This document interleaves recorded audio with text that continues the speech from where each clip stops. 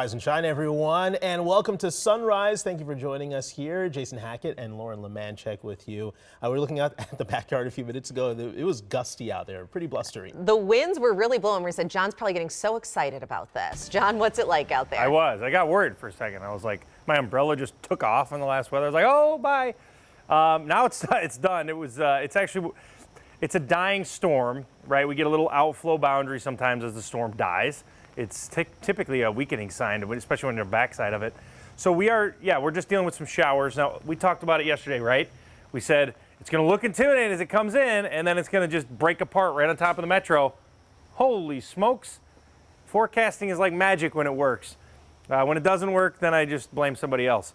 So again, yes, we're only getting about a 5/100th of an inch, maybe 1/10 of an inch here. We'll see what it ends up being, but pretty light amounts. Now, areas in Alexandria, Bemidji, maybe I'll show the estimated rainfall totals in a little bit, but I do have an amount in Bemidji, about 0.75. Now, down in the metro, the rain is in the central metro. There's a little burst here, East Metro. There's a burst of wind. It's only going to last like 5 minutes. Areas over towards Minnetonka, Waconia, already starting to wrap up here. We'll talk about the next chance when I really think it might storm in my forecast. Michelle is in here for traffic. How's it looking out there? Well, hey there, John. Everything you've been talking about just now, I have seen examples of. I've seen traces of the rain across parts of the metro this morning. And here it is right now over 35W at Black Dog Road. Take a look at some of these cars. Watch them come down the highway here, leaving behind a trail of that mist behind them.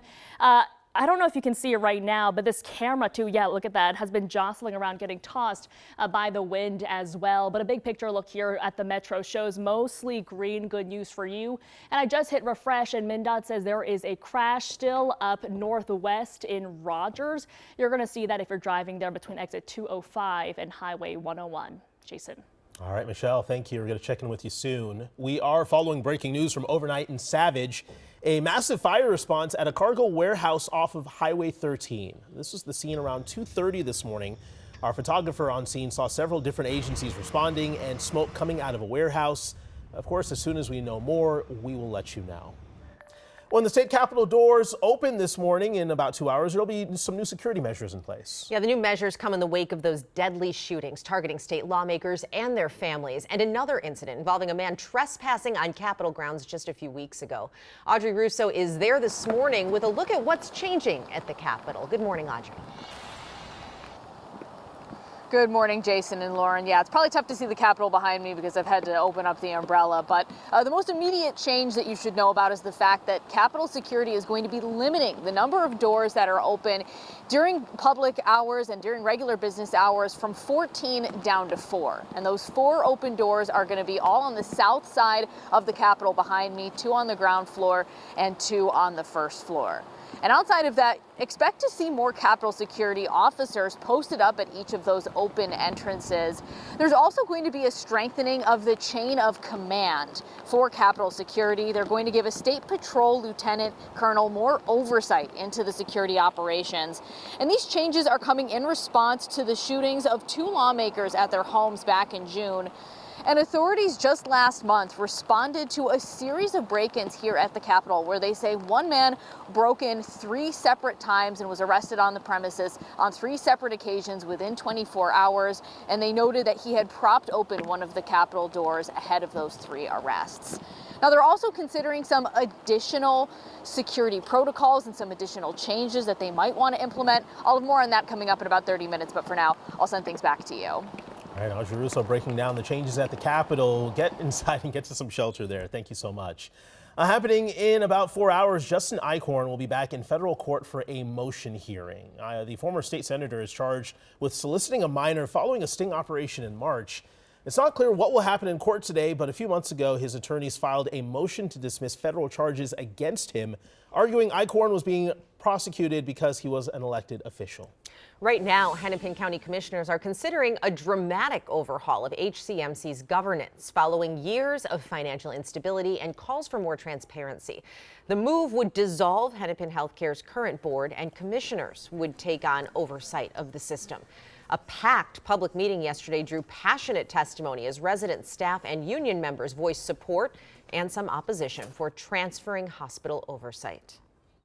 For several years, our union members and allies at Hennepin Healthcare have sounded the alarm on the near total lack of transparency and openness on Hennepin Healthcare's board of directors. Yes, we need accountability.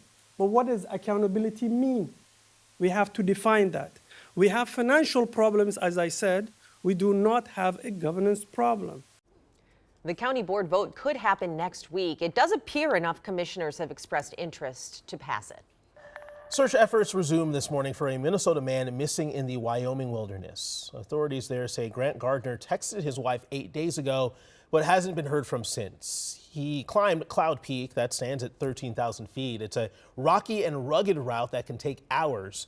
Gardner is from Lakeville. His wife posted on Facebook their children know he is now missing. We do have some good news to share this morning. The 12-year-old girl reported missing in Minneapolis over the weekend has been found safe.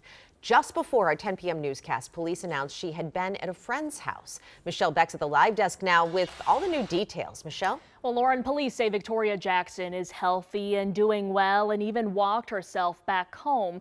You can see right here on this map, she was just a few blocks from where she was last seen Saturday at Minnehaha Park, her friend's house, just a few houses down from her own. Police Chief Brian O'Hara says officers visited that house multiple times during their search, but it's not clear if they were ever inside. He also revealed the girl had stated she wanted to run away before she did. Officers are still investigating if the adults in the friend's home knew Victoria was there, adding her parents had also been in contact with those neighbors.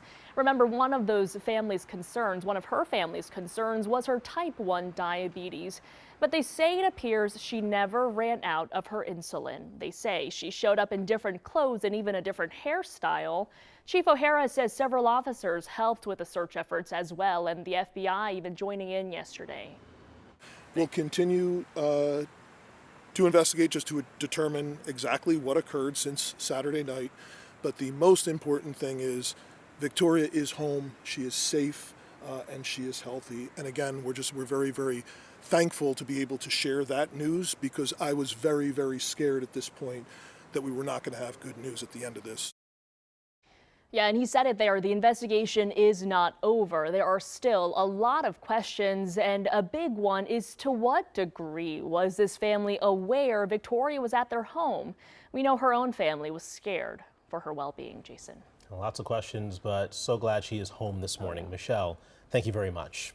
We are live in Brooklyn Park this morning ahead of the Philando's Pantry pop-up food giveaway. Quiet right now, but in the next hour or so, volunteers are going to be out there lining up 20 tons of food and supplies to give to families in need. Philando's Pantry was created to honor the legacy of Philando Castile, who was shot and killed by a police officer during a traffic stop 9 years ago. Today's event starts at 10 a.m. until the supplies run out in the parking lot of the former CVS building across from Park Lawn Park.